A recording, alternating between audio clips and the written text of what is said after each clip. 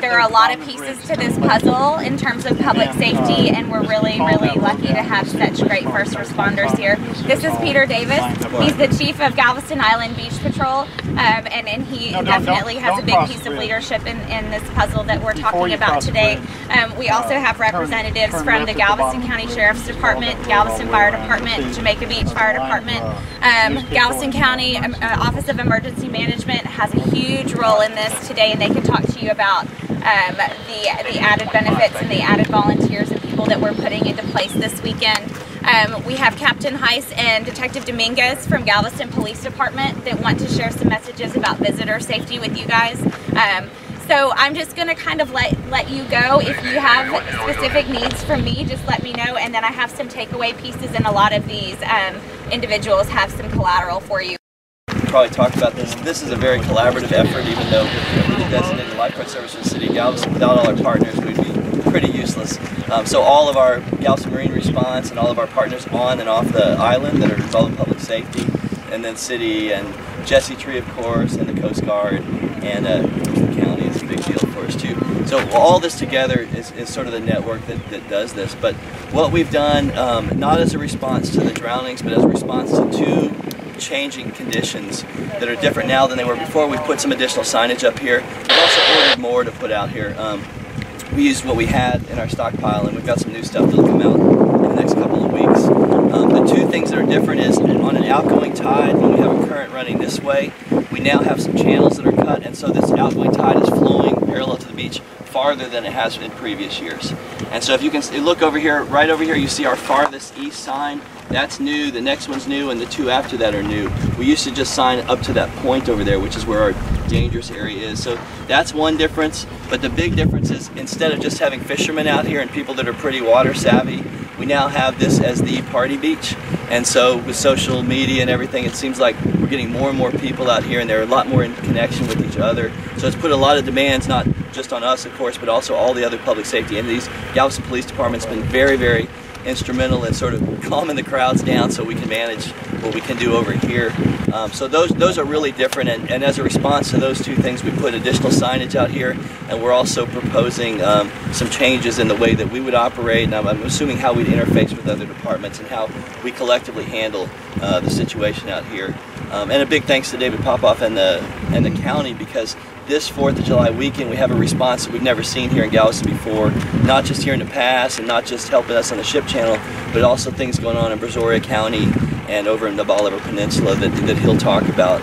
But we're going to see a much better response out here and a much more proactive approach to a large-scale holiday weekend like we've got coming up. We're at San Luis Pass this morning, and I'm speaking with three folks from the Jesse Tree in Galveston County. David Mitchell, Sheila Savage, and Terry Rizzo. David is a program coordinator, and I'm going to start by asking you, David, to explain to us what the Jesse Tree does. When you come down here to San Luis Pass like you have been doing the past month for all of these drownings, what is your responsibility, or what task do you undertake when you come to the scene of one of these? Absolutely, and thank you for giving us the opportunity to speak to that. I want to clarify, it actually is, the program is called the Survivor Support Network, and it's a project under the Jesse Tree in support of the community overall, of a wonderful group of volunteers and as well as staff that actually is a part of this effort to help serve the enormous needs that come about from that of an unfortunate occurrence of a drowning. The Survivor Support Network actually was established and developed well over 12 years ago, and it was actually of a conversation between that of the chief of the Galveston Island Beach Patrol, Peter Davis, and Ted Hanley, the executive director of the Jesse Tree, along with myself.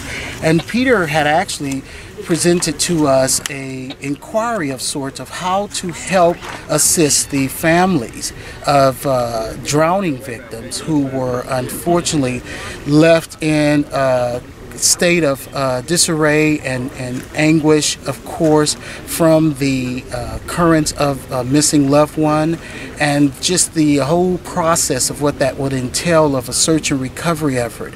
And so the brainstorming entailed of a development of a support system for those families, which would entail the Survivor Support Network coming out to the location of where the occurrence may have transpired and assessing the needs of the family, which could be from A to Z. That of a need for water, for food, for support in regards to that of a grieving family member, that we have on site, on staff, volunteers that are psychotherapists, counselors that can assist with that of a support to the family, and of course other areas of just providing the communication directly to the families of what is actually transpiring in regards to the search and recovery effort. That is important because it can sometimes deter and redirect misinformation or the lack of information that needs to be extended and provided to the families. And we, of course, are looking for volunteers to assist with this significant program project. I have 2 of our support volunteer staff members of the network that are here with us today, Sheila and Terry, that can speak to the fact of some of the concerns that they have seen that impact the families and what they have brought to the effort. Yeah, Sheila, you were out here, you and Terry both were out here. Just within the last 30 days, I believe we had like 4 drownings out here, and I suppose you were here for most of those, if not all of them. Tell us what type of situations you particularly had to handle in some of those cases this past month. This has been a very busy time for us. As you know, there was the 2 drownings on the other side of the bridge in Brazoria County, and that was a father and his 10-year-old son. Unfortunately, the families were left there without each other, and then one by one families came around and took care of the situation. Those people were actually camping, so they were set up out there, and we didn't need to provide as much as we normally do, Breck, with the shelter, the tents, and all of that. On this particular last weekend, the church came and surrounded their people and uplifted them with love and support. And our role was small. They too provided the shelter, the tents. It was really an uplifting experience, to tell you the truth, in the face of tragedy. The people are very strong and amazingly resilient. What comes to mind for you, Terry, in these past few cases out here? We work very closely with the Beach Patrol, and Peter Davis has taught us the process of rescue and the process of recovery, and it's very consoling because it's not always observable to the family that's sitting on the beach what's going on. So we try and explain to them their routine, how they search, when the helicopters will be back, why they aren't hovering all the time, and these sorts of things. They're very welcoming. They hold your hand. They just use you as support, even though they're surrounded by people that they know. They feel very consoled that someone is there outside their family. Okay, folks, thank you. In closing, David? Well, I just want to add to a little bit of what both Sheila and Terry shared with you about our effort overall. I do want to make sure that it's understood that even if there is not a need for specifics of shading, food, water, the communications to the family about the process of what the search and recovery entails is beyond a benefit, and it actually affords the search and rescue efforts of the Beach Patrol and the Coast Guard to continue with their effort and to lessen the likelihood of interference that can actually keep the remains from being recovered. Now, you are supported by donations? Donations, and we welcome them as we speak. And how would a person do that if they were so inclined? They can contact our contact line information number 409-762-2233, 409-762-2233, or they can go to the website, which is www.jessetree.net. Thank you, all three of you, and we hope that just cash just starts flowing in by the bundles now. Thank each one of you. Thank you so very much. Thank you, for the Brett. opportunity. So All right, now I am speaking with Marie Robb, who is the council person for District 6 in the city of Galveston. That includes San Luis Pass, way out here on the far end. And I'm going to ask Ms. Robb right off that what the city has done recently in light of the numerous drownings that have occurred in the past 30 days out here at San Luis Pass. What have y'all done to try to dispel this? one of the things that we've done is we've increased the patrol coverage down here, so that we have more police presence, as well as the area is also being monitored by our beach patrol. We have added numerous new signs advising people not to swim in this area. San Luis Pass is a pass, which means it's the area where the water passes from the Gulf into the bay, and it is not an area for swimming. We have 40 beach access points before you get to this point of the island. This island is fine for surf, fishing, but it is not an area for swimming. This area has tidal currents. Tidal currents will pull you right offshore, different than a riptide, which will take you alongshore. This will take you offshore.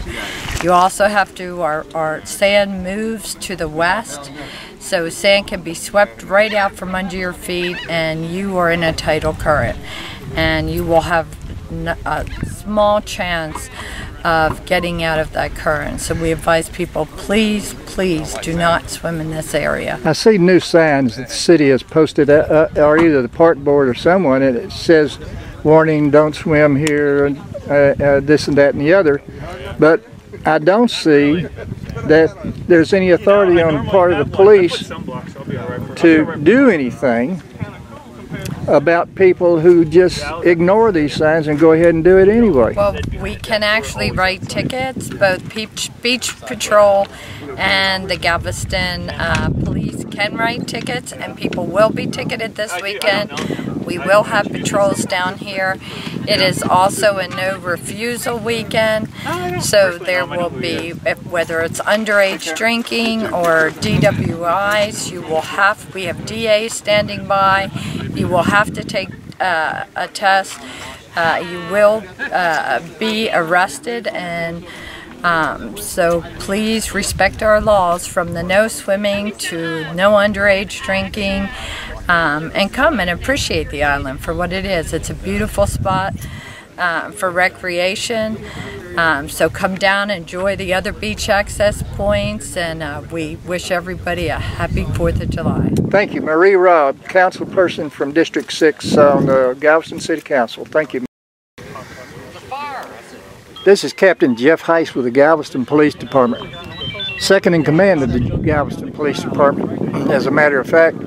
And we're here at San Luis Pass today with first responders. And I'd like to ask you, Captain, in light of the recent drownings out here at San Luis Pass, what has the Galveston Police Department done? Have you made any changes or beefed up your troops, so to speak, in order to meet the expected onslaught of tourists coming here for the 4th of July weekend? We sure have, Breck, and we're lucky that we have about 100 years, 200 years of experience doing this. So we're used to the crowds. It's unfortunate when such incidents happen, and when we do, we respond. And luckily, we have a great host of partners to reach out to. We have the Galveston Island Beach Patrol, the Galveston County Sheriff's Department. We have emergency management. We have volunteers, and all of those are being pulled together for this weekend and for the rest of the summer. As far as public safety goes, we will be having additional patrols. We'll have officers on ATVs, mounted patrol, and our typical Galveston police patrols in our SUVs, so that we can cross all the sands and get to where we need to get. and remind people that you know, you need to be smart when you're on this beach, especially in the water out here on San Luis Pass. There are some changes in the currents, as was explained previously by Chief Davis of the Beach Patrol, in that it's kind of tricky. You're out there in about 3 feet of water, and the next thing you know, you walk off that sandbar, you're down in 6-8 feet, and the current's pretty strong. So we'll be trying to remind people of that, trying to direct them towards a sign so that they read that, and hopefully they heed that. There's public safety furthering that. We encourage everyone to take, hide, or lock your vehicles and your valuables in your vehicles, and keep an eye on your surroundings. We want you to be respectful of your beaches. These are Texans beaches, and we want you to be respectful of our citizens and mindful of your neighbors that are out here trying to enjoy the weekend with you. We want everybody to have a great time, and we'll do everything that we can to facilitate that. We're here to help. If you need a question answered, stop an officer and ask. We're here to protect with respect and do the job that the citizens and visitors pay us for. I know you have boats, maybe more than one. I'm not sure, but I know you have at least one because I've been on it. Will you actually have boats in the water, or do you wait until you need to respond to launch? This is one of those weekends when you want to be out there and proactive and out there in it before someone has to call. The response time there, you know, for Marine unit to get a boat, trailer boat in the water and get it operational and going takes some time. So this weekend, especially, we are going to have a Marine unit, staff of police officers, and a police boat. And probably the subsequent weekends for the remainder of the summer, the bigger weekends, we'll definitely, and maybe sporadic weekends here and there, we're trying to put that together. We have a duty to be on the land and in the water at the same time, and on busy weekends when a lot of our resources are directed elsewhere, we got to see if we can get that Marine unit up and running. But I do believe, if I'm not mistaken, we'll probably have one for the remainder of the summer. And you'll actually be policing the waters. I mean, the officers out there in those boats are actually policing the boaters, so to speak, to see that they comply with, like, life vest, DWI on the water, or whatever situation may be. They can actually cite you or arrest you out there on the water, correct? Yes, sir. We have, I forget the correct terminology, I believe it's Marine Safety Officer. They've been to the training. Our officers are, everyone on that boat will be a police officer. And we have a highly trained Marine Division unit that'll be out there being proactive, checking on those such things, especially for drinking while boating. Okay, Captain Jeff Hatch, Galveston Police Department. Thank you, sir. Thank you, sir. We're now speaking with Michael Lambert, the Public Information Officer for the Galveston County Office of Emergency Management.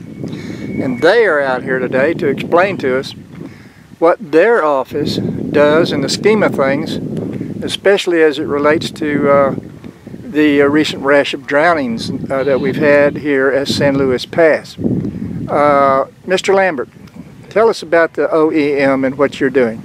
Well, Breck, as you know, Office of Emergency Management is, in any place that they are, basically is intended to support the other first responders, or the first responders in the other public safety operations.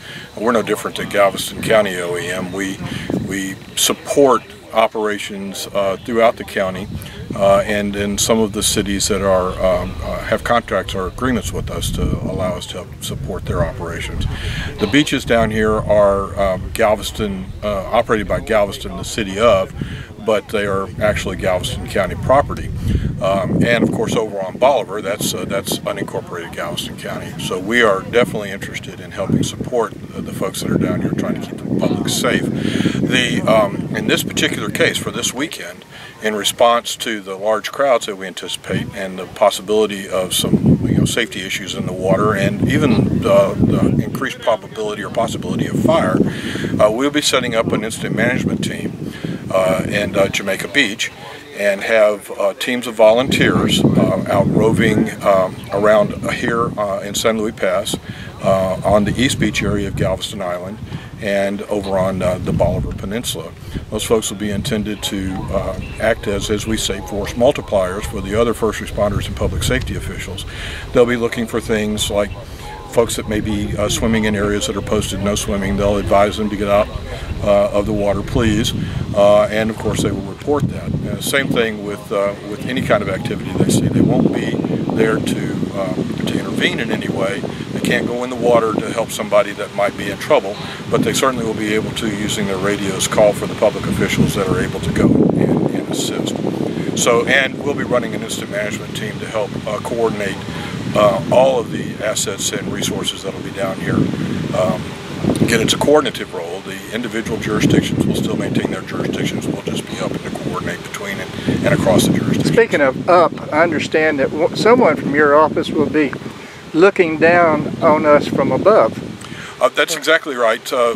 Amongst the volunteers that we'll have will be a group based out of Austin with membership all over the state called Texas Search and Rescue. They're a nonprofit organization that does search and rescue and does this kind of work. They'll be bringing some resources with them. They'll be using some resources that we have here, but they'll also be bringing a helicopter.